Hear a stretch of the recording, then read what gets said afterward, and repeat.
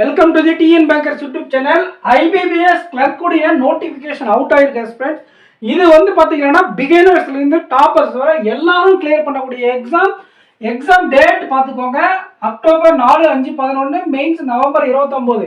இந்த எக்ஸாமுக்கு தேவையான ஸ்டடி சோர்சஸ் நம்ம சேனல்லே ப்ரொவைட் பண்ணிடுவோம்.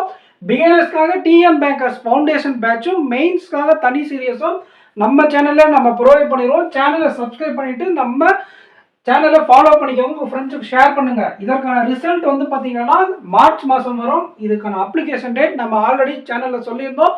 ஆகஸ்ட் 1ஆம் தேதி தான் ஓப்பன் ஆக போகுது இதற்கான அப்ளிகேஷன் டேட். ஓகேங்களா?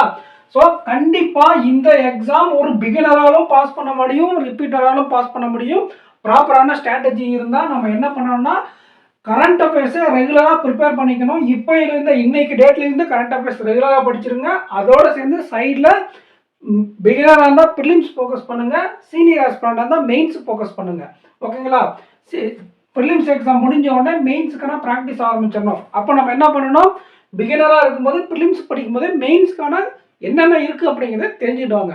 இதை ரெண்டு மட்டும் பண்ணிங்கன்னா கண்டிப்பாக ஒரு பிகினராலேயும் இந்த எக்ஸாமுக்கு கிராக் பண்ண முடியும். ப்ரிலிம்ஸ் எக்ஸாமுக்கு ப்ராக்டிஸ் பண்ணணும், மெயின்ஸ் எக்ஸாம் சிலபஸ் என்ன இருக்குன்னு தெரிஞ்சுக்கணும், கரண்ட் அஃபேர்ஸ் இன்னையிலேருந்தே ப்ரிப்பேர் பண்ணணும்.